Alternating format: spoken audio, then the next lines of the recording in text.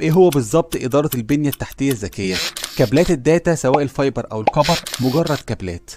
الكابلات لما تضيف لها انتليجنت فانت بالتالي بتقدر توصلها على بلاتفورم او برنامج، وبالتالي بتقدر تديرها وتامنها وتطلع تقارير وتعمل اوتوميشن مع برامج تانية وهكذا، وكل ده بشكل لحظي. طب انت هتستفاد ايه من الانتليجنت؟ في فايدتين كبار هسلط الضوء عليهم. الفايده الاولى هي الانتاجيه والكفاءه.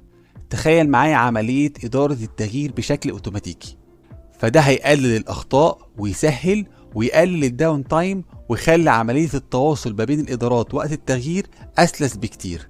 فتخيل ان شبكتك بشكل دقيق وبشكل لحظي بيتم توثيق كل حاجه بتحصل فيها، ولو تاملت هتلاقي الموضوع ده مش بس مريح، لكن ده بيغير تقريبا كل حاجه في اداره الشبكه. تاني حاجه مهمه هو دعم التحقق من مشاكل تكنولوجيا المعلومات، ودي حاجه مهمه جدا.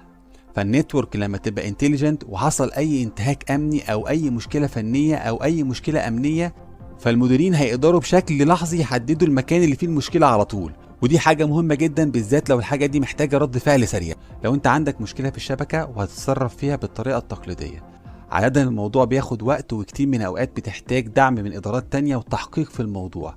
الموضوع ده عادة بيبقى صداع كبير، وكتير من الأوقات بيتجنب حل المشكلة عشان البعد عن الصداع اللي هيحصل بسبب المشكلة. فالسيستم لو انتليجنت الهيلب ديسك هيقدر يحل المشكلة يا إما من مكانه يا إما يتوجه ليها بشكل محدد ويحلها. فده طبعا هيقلل الارتباك والوقت الضايع، والأهم من كده مصاريف التشغيل، لأن من أهم مميزات السيستم الانتليجنت إن بيعمل أوتو باتشنج أو باتشنج أوتوماتيكلي، بمعنى انه بيتابع التوصيلات وتحديثها بشكل لحظي. مش بس كده، ده بيرسم رسم اوتوكاد بالتوصيلات لكل دور.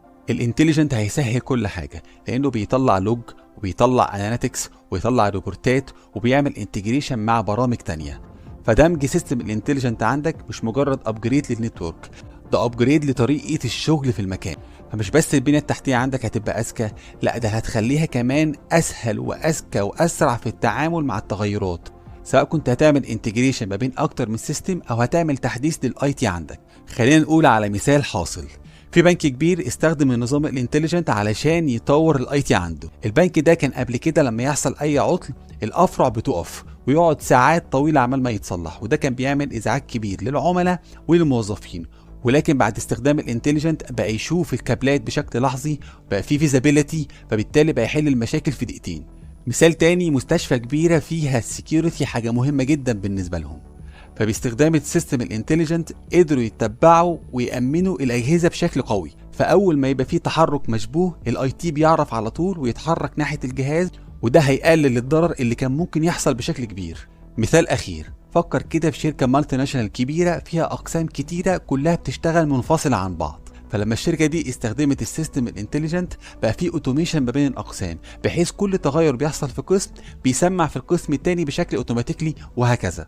فاحنا هنا مش بنتكلم بس على اداه فيها فيزابيليتي وفيها كنترول وفيها سكيورتي، احنا بنتكلم على تول بتغير الجيم بشكل كبير في التكنولوجيا. في الختام، الانتليجنت مش مجرد تحديث بسيط انت ممكن تعمله عندك في الشبكه، لا ده تغيير لطريقه ادارتك والتعامل مع الاي تي. التغيير ده ليه فوائد فورية وليه كمان فوائد طويلة الأجل. فخلينا نوسع حدود التكنولوجيا بتاعتنا، وشكرا لمتابعتك وما تنساش اللايك.